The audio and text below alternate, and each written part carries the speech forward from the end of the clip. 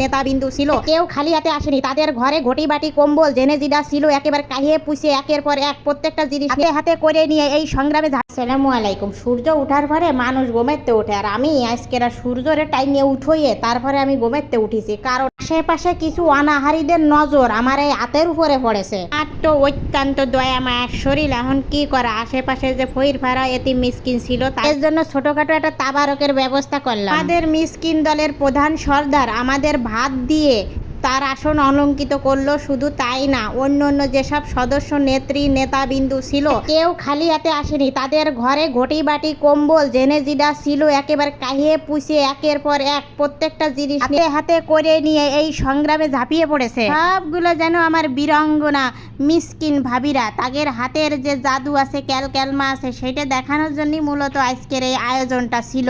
ভাবলাম যে সব কিছু আছে, কি যেন একটা নেই, পরে মনে পড়লো ও ফান জিনিসটা নেই। সেটার আয়োজনও কিন্তু আমরা কম রাখিনি, সেটাও রেডি করে রাখছি। আস্তে বিসমিল্লাহ বলে খাওয়াটা শুরু করতে চাইলাম, কিন্তু আমার ভাবি কয়ে ফেলাইছে যে ইন্না নিলাই ওয়াইনা নিলাই রাজিউন। এবার এই যে আমাদের পার্টিটা কিসির পার্টি ছিল সেটা ধ্যানের জন্য এই যে একটু কোরা করতেছি, মূলত বর্তার পার্টি ছিল, তো আগে ধ্যানের জন্য আমি একটু ভিডিও শুটিং দিয়ে ব্যস্ত ছিলাম।